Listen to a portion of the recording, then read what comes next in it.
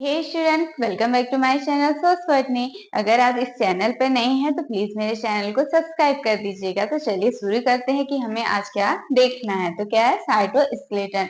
तो आज हम साइटोस्केलेटन के बारे में डिस्कस करेंगे, ठीक है। तो जो साइटोस्केलेटन है, तो इस टॉपिक में हमें क्या क्या देखना है वो पहले देख लेते हैं। फर्स्ट इंट्रोडक्शन यानी साइटोस्केलेटन क्या है उसके बारे में। फिर है साइटोस्केलेटन स्ट्रक्चर यानी जो साइटोस्केलेटन है उन्हें किससे मिलकर बना होता है, उनका स्ट्रक्चर कैसा होता है, इन सब के बारे में। फिर है साइटोस्केलेटन फंक्शंस के बारे में, उनका जो भी सेल में क्या कार्य है। फिर है माइक्रोट्यूब्यूल्स जो साइटोस्केलेटन का ही पार्ट है। उसके बाद नेक्स्ट है माइक्रोट्यूब्यूल पॉलीमराइजेशन एंड डायनेमिक्स। फिर आगे हमें देखना है माइक्रोट्यूब्यूल बेस्ड मोटर प्रोटीन जैसे काइनेसिस एंड डायनेसिस, ठीक है। फिर है सिलिया एंड फ्लैजिला के बारे में। सेंट्रियोल क्या होता है, एक्टिन फिलामेंट यानी जो साइटोस्केलेटन है वो भी एक्टिन फिलामेंट से मिलकर बना होता है। मायोसिन क्या होता है, जो मसल कॉन्ट्रैक्शन है वो क्या होता है, और इंटरमीडिएट फिलामेंट के बारे में। तो ये सब हम डिटेल में देखेंगे। तो इन्हें अगर हमें डिटेल में देखना है तो वीडियो ज्यादा लंबा हो जाएगा, इसलिए हमें अलग अलग पार्ट्स में देखना है जिससे जो साइटोस्केलेटन है वो कम्प्लीटली आपको समझ में आ जाए। तो इसे मैं आज इस वीडियो में आपको बताना चाहूंगी इनका साइटोस्केलेटन के बारे में, उनके स्ट्रक्चर, उनके फंक्शन और जो माइक्रोट्यूब्यूल्स क्या होता है उसके बारे में। तो यह सब आज हम इस वीडियो में डिस्कस करेंगे, और जो बाकी के नेक्स्ट है वो सब हम नेक्स्ट वीडियो में डिस्कस करेंगे, ठीक है।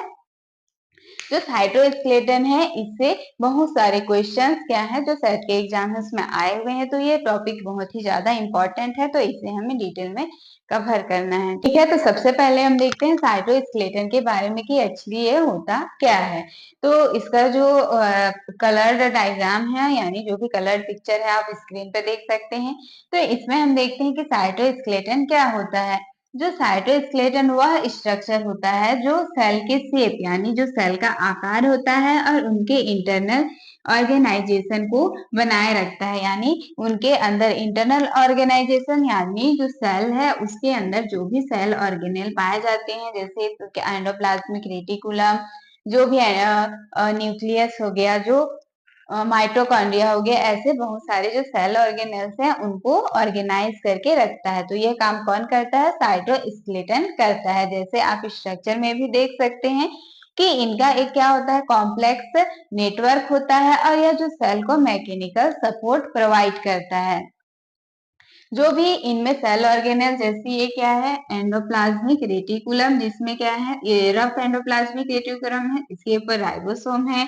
ये हो गया माइटोकॉन्ड्रिया, माइटोकॉन्ड्रिया। तो ये सारे जो भी सेल ऑर्गेनेल्स होते हैं वो किसके थ्रू ऑर्गेनाइज होते हैं, यानी जो जहां है वहीं पे यह व्यवस्थित होती हैं। तो यह कौन करने का काम करता है, जो साइटोस्केलेटन है वही यह कार्य करता है, ठीक है। यूकैरियोटिक और जो प्रोकैरियोटिक सेल्स हैं और जो आर्कियंस हैं इनमें यह फाइबर्स से मिलकर यह साइटोस्केलेटन बनाते हैं। अगर प्रोकैरियोट्स की बात करें तो इनमें भी विभिन्न जो स्ट्रक्चरल फाइबर्स होते हैं उन्हें सामूहिक रूप से हम साइटोस्केलेटन ही कहते हैं। लेकिन पहले यह माना गया था कि जो प्रोकैरियोट्स है उनमें जो साइटोस्केलेटन है वो नहीं होती है, लेकिन बाद में इनकी खोज की गई जो भी विजुअलाइजेशन टेक्निक है, तो उसके थ्रू यह माना गया कि इनमें भी फाइबर्स जो भी फिलामेंट्स हैं उनकी खोज की गई।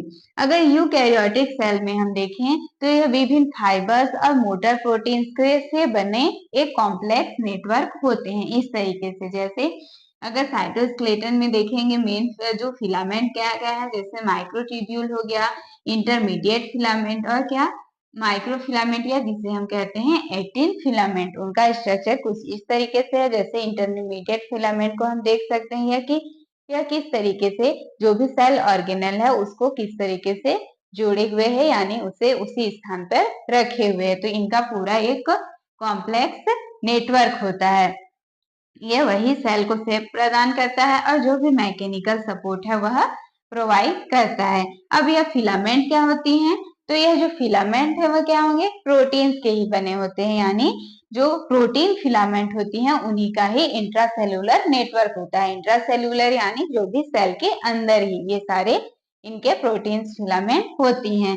जो क्या करती हैं, जो भी स्मॉल प्रोटीन सब यूनिट्स होती हैं वह पॉलीमर्स बनाते हैं। और पॉलीमर क्या होती हैं, जो भी विभिन्न जो मॉलिक्यूल्स होती हैं वह आपस में मिलकर, यानी जो सरल मॉलिक्यूल्स जैसे क्या हो गया मोनोमर, ये मिलकर क्या बनाते हैं, पॉलीमराइजेशन के थ्रू पॉलीमर बनाते हैं। तो स्मॉल प्रोटीन सब यूनिट होती हैं। प्रोटीन्स के सब यूनिट हैं तो इनके मध्य क्या होती है, नॉन कोवेलेंट इंटरेक्शन होती है, यानी इनके मध्य जो भी इंटरेक्शन होता है वो वीक होता है। और नॉन कोवेलेंट इंटरेक्शन मतलब कि इनके मध्य कोई भी केमिकल रिएक्शन इन्वॉल्व नहीं होती है। जैसे अगर हम लार्ज मॉलिक्यूल्स में देखेंगे, लार्ज मॉलिक्यूल्स क्या हो गए, प्रोटीन हो गए, प्रोटीन, और जो न्यूक्लिक एसिड है, न्यूक्लिक एसिड, तो ये जो लार्ज मॉलिक्यूल्स होती है वह इन्हीं के थ्रू, यानी इनके मध्य एक साथ ये जुड़े होते हैं नॉन कोवेलेंट इंटरेक्शन के द्वारा, और जो भी उनके 3 डायमेंशनल स्ट्रक्चर है उसको बनाए रखने में हेल्प करते हैं। ठीक है, अब नॉन कोवेलेंट जो इंटरेक्शन होता है इनके थ्रू जो भी स्मॉल प्रोटीन सब यूनिट्स होती है वह एक साथ यहाँ पे जुड़े हुए होते हैं और क्या बनाते हैं, पॉलीमर बनाते हैं।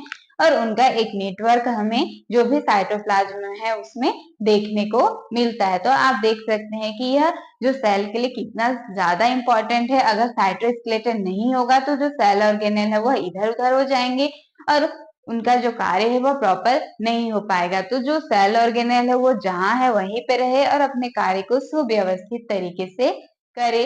तो इन सब के लिए साइटोस्केलेटन क्या है, बहुत ही ज्यादा इम्पोर्टेंट है। ठीक है, आगे हम देखते हैं साइटोस्केलेटन के स्ट्रक्चर के बारे में। तो जो साइटोस्केलेटन का स्ट्रक्चर है उसमें मुख्यतः 3 फिलामेंट्स होती हैं। पहला है एक्टिन फिलामेंट, या इसे हम कहते हैं माइक्रो फिलामेंट। जैसे आप यहाँ पे देख सकते हैं डायग्राम में इस तरीके से दिया हुआ है, ये क्या है, एक्टिन फिलामेंट। फिर नेक्स्ट है इंटरमीडिएट फिलामेंट, जो यहाँ पे दिया हुआ है, जो इस तरीके से कनेक्ट है, तो ये क्या है, इंटरमीडिएट फिलामेंट। और फिर थर्ड है माइक्रोट्यूब्यूल्स। तो माइक्रोट्यूब्यूल्स जो अल्फा बीटा हेटेरोडाइमर से मिलकर बने होते हैं, जो हॉलो स्ट्रक्चर होता है इस तरीके से, तो ये क्या कहलाते हैं, माइक्रोट्यूब्यूल।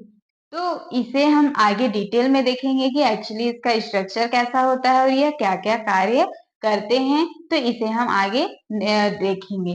तो इसमें हम देखते हैं कि जो ये तीनों फिलामेंट्स होती है उनकी स्ट्रक्चरल प्रॉपर्टीज, यानी जो भी स्ट्रक्चर ऑर्गेनाइजेशन यानी किनसे मिलकर बना होता है ये सब, और जो भी उनके डायनेमिक्स है और जो बायोलॉजिकल रोल्स होती हैं, यह तीनों के अलग अलग होते हैं। तो आगे हम देखते हैं साइटोस्केलेटन के फंक्शंस के बारे में कि आखिर साइटोस्केलेटन क्या कार्य करता है। तो फर्स्ट है सेल डिवीजन में, यह जो सेल डिवीजन में हेल्प करते हैं, यानी कि जब सेल डिवाइड होते रहती है तो उस स्थिति में क्या होंगे, क्रोमोसोम्स भी अलग अलग सेल्स में, यानी क्रोमोसोम्स का भी सेग्रीगेशन होगा, जिससे जो क्रोमोसोम्स है वह अलग अलग सेल्स में जाते हैं। तो उनके जो क्रोमोसोम्स होती है उनके जो भी सेग्रीगेशन है उनमें यह स्पिंडल फाइबर्स के थ्रू जो भी साइटोस्केलेटन है वह इन्हें सेग्रीगेशन में हेल्प करते हैं, इस तरीके से जो भी सेल डिवीजन की प्रोसेस में है। ठीक है, तो ये हो गए, यानी कि स्पिंडल फाइबर के थ्रू इसको इधर ले जाएंगे और जो भी क्रोमोसोम्स है वो इधर आ जाएगा। तो यह हम सेल डिवीजन में देखेंगे। तो इस प्रोसेस में जो साइटोस्केलेटन के जो माइक्रोट्यूब्यूल्स हैं उन वह क्या करते हैं, इनमें हेल्प करते हैं। उसके बाद आगे देखते हैं हम शेप एंड मैकेनिकल सपोर्ट, यानी शेप, यह प्रॉपर शेप देते हैं जिससे यह एक ऑर्गेन इंट्रा जो सेल है उनके सभी सेल ऑर्गेनेल्स जो है इन्हें ऑर्गेनाइज करके रखते हैं, जिससे इनका जो शेप है वो प्रॉपर बना हुआ होता है। इसके साथ ही मैकेनिकल सपोर्ट भी प्रोवाइड करते हैं। जो वैक्यूल्स होती है उनके फॉर्मेशन में भी ये हेल्प करते हैं। सेल ऑर्गेनेल को अपने स्थान पर बनाए रखते हैं। जो भी सेल ऑर्गेनेल है वो जहाँ है वहीं पे अपनी ही पोजीशन पे रहता है और अपने कार्यों को करता है। ठीक है, सेल सिग्नलिंग में भी यह हेल्प करते हैं। और जो मॉलिक्यूल्स के ट्रांसपोर्ट है, यानी सेल्स के अंदर बाहर और जो भी वेसिकल्स का ट्रांसपोर्ट है, इन सब में कौन हेल्प करता है, साइटोस्केलेटन ही हेल्प करता है, क्योंकि ये तो पूरा साइटोप्लाज्म में ही इनका क्या रहता है, पूरा नेटवर्क रहता है। ठीक है, तो इन सब में जो भी इंट्रा सेलुलर एक्टिविटीज होती है, इंट्रा सेलुलर एक्टिविटीज यानी सेल के अंदर होने वाली जितनी भी क्रियाएं होती हैं इन सब में यह साइटोस्केलेटन हेल्प करते हैं। तो सबसे पहले साइटोस्केलेटन में हमने देखा कि 3 फिलामेंट है यानी एक्टिन फिलामेंट और इंटरमीडिएट फिलामेंट और क्या माइक्रोट्यूब्यूल्स। तो सबसे पहले हम देखेंगे माइक्रोट्यूब्यूल्स के बारे में कि इनका स्ट्रक्चर कैसे होता है। ठीक है, तो यह कैसा है माइक्रोट्यूब्यूल्स? इसका स्ट्रक्चर होलो सिलेंड्रिकल पॉलीमराइज्ड पोलराइज्ड और क्या है डायनेमिक स्ट्रक्चर है। होलो यानी यह पूरा खोखला होता है, इस तरीके से बीच में क्या होगा खोखला होगा। होलो स्ट्रक्चर सिलेंड्रिकल सिलेंड्रिकल शेप का है जैसे आप देख सकते हैं। और पॉलीमराइज्ड यानी बहुत सारे जो भी मोनोमर मिलकर क्या बनाते हैं पॉलीमर बनाते हैं, तो इस तरीके का इनका स्ट्रक्चर होता है। पॉलीराइज्ड होता है यानी इनमें इंट्रिंसिक एसिमेट्री यानी किसी भी तरीके से शेप या जो भी ऑर्गेनाइजेशन है उनमें यह अलग अलग डिफरेंट हो सकते हैं। और उसके बाद है डायनेमिक स्ट्रक्चर, तो यह डायनेमिक स्ट्रक्चर भी होता है क्या माइक्रोट्यूब्यूल्स। तो इसके जो पॉलीमराइजेशन है और यह डायनेमिक कैसे होता है इसे डिटेल में हम इसके बाद नेक्स्ट वीडियो में देखेंगे। यहाँ पे हम केवल इसके स्ट्रक्चर के बारे में देख लेते हैं। ठीक है, तो यह जो माइक्रोट्यूब्यूल होता है वह सभी जो यूकैरियोटिक सेल्स होती है उसमें पाया जाता है। और इसका बेसिक बिल्डिंग ब्लॉक अगर हम देखें तो यह क्या है, तो बेसिक बिल्डिंग ब्लॉक्स क्या है अल्फा बीटा ट्यूब्यूलिन हेट्रोडाइमर। ठीक है, अल्फा बीटा ट्यूब्यूलिन हेट्रोडाइमर जो किससे बना होता है, जो अल्फा ट्यूब्यूलिन है और बीटा ट्यूब्यूलिन सब यूनिट से बना होता है। ठीक है, अब हेट्रोडाइमर, तो इसमें हम देखते हैं कि डाइमर क्या होता है।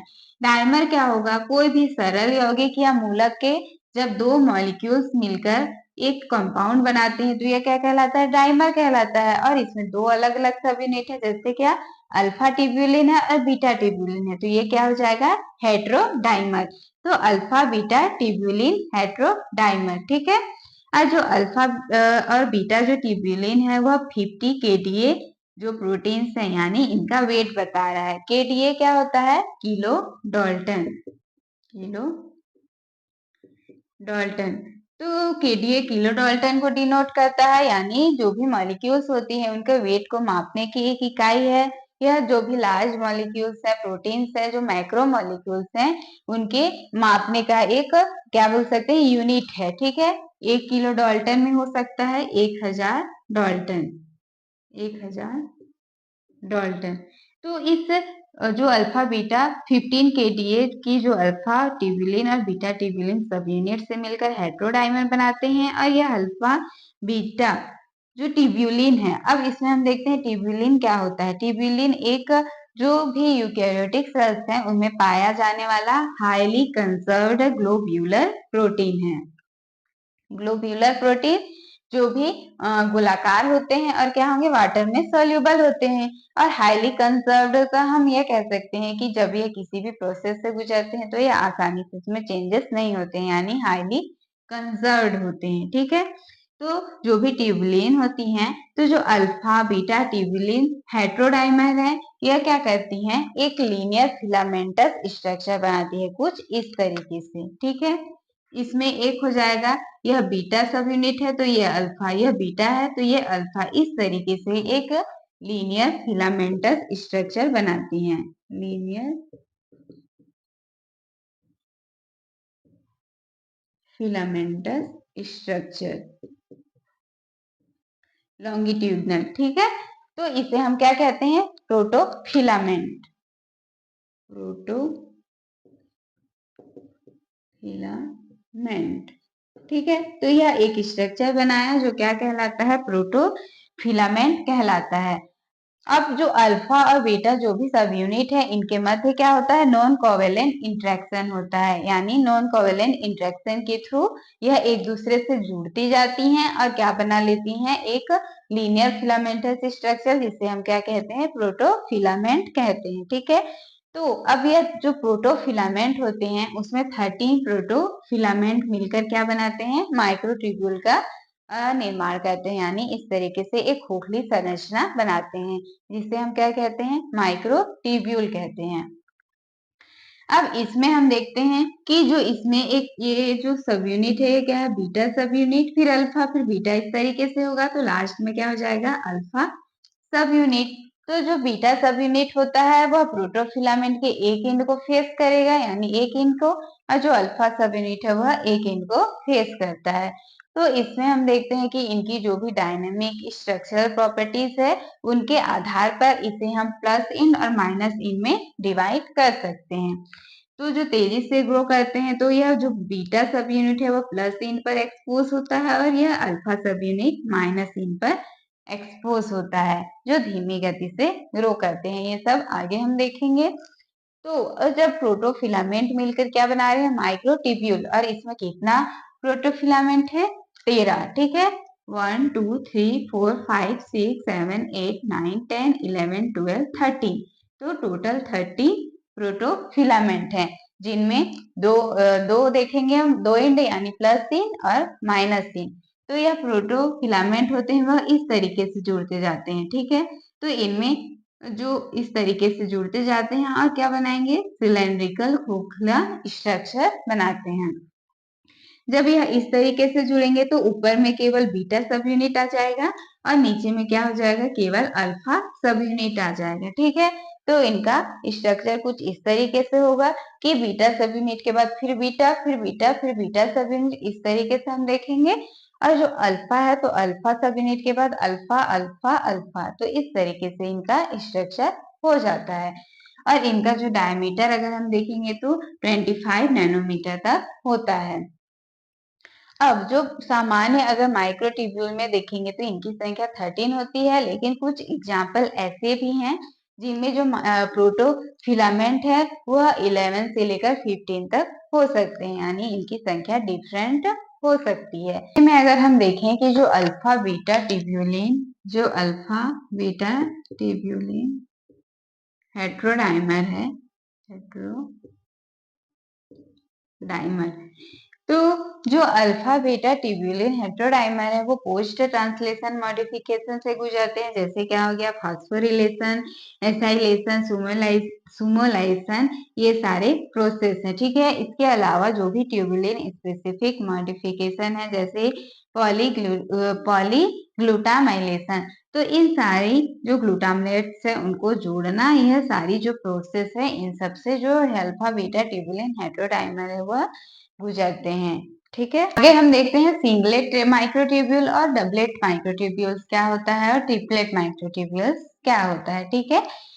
सिंगलेट माइक्रोट्यूब्यूल्स, इसमें हमने अभी अभी इसका स्ट्रक्चर देखा कि जो सिंगलेट माइक्रोट्यूब्यूल्स है उनमें एक ही जो 13 प्रोटोफिलामेंट है वो क्या है, वह जुड़े हुए हैं और एक सिंगल स्ट्रक्चर है, ठीक है। तो यह बहुत ही कॉमन है, और यही माइक्रोट्यूब्यूल जो है अधिकतर पाए जाते हैं। लेकिन इसके अतिरिक्त हम देखें तो कुछ स्ट्रक्चर ऐसे भी होते हैं जिनमें यह डबल भी होता है, यानी इससे जुड़ा हुआ और एक स्ट्रक्चर, और या ट्रिपल भी हो सकता है जिसे हम ट्रिपलेट माइक्रोट्यूब्यूल कहते हैं, और डबल है उसे डबलेट माइक्रोट्यूब्यूल कहलाता है।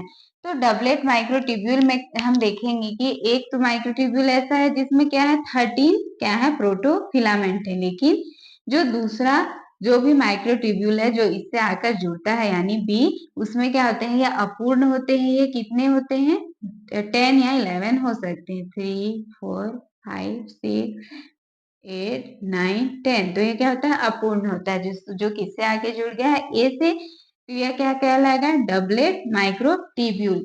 और जो ऐसा स्ट्रक्चर है वो कहाँ पाया जाता है, जो मोटाइल सेल अपेंडेजेस है, यानी जो मोटाइल है, मोटाइल क्या हो सकता है, जैसे सीलिया फ्लैजिला, तो जो सीलिया फ्लैजिला के फिलामेंट्स है उनमें इस तरीके से डबलेट माइक्रोट्यूब्यूल्स क्या होते हैं, ऐसा स्ट्रक्चर उनमें क्या होता है, पाया जाता है, ठीक है।